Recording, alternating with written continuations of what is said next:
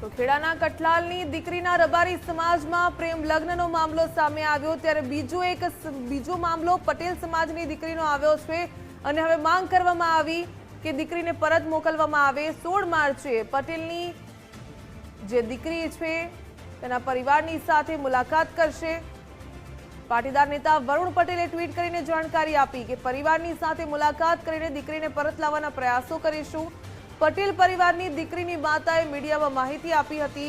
દીકરી સહી સલામત સોંપવામાં આવે તેવી દીકરીની માતાએ માંગ કરી। મહિલાએ દીકરી પરત કરાવવા રબારી સમાજને અપીલ કરી।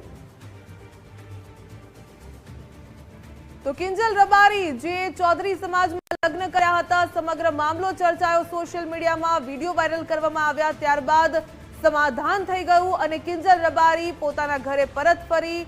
ચૌધરી સમાજે રબારી સમાજને તેમની દીકરી પરત કરી ત્યારે હવે બીજો એક મામલો સામે આવ્યો કે રબારી સમાજનો એક યુવક પાટીદાર સમાજની દીકરીને ભગાવી ગયો છે ત્યારે તેની માતાએ રડતા રડતા એક સોશિયલ મીડિયાના માધ્યમથી વિડીયો બનાવ્યો અને પાટીદાર સમાજની એક દીકરીને પાછી આપવામાં આવે તેવી માંગ કરી।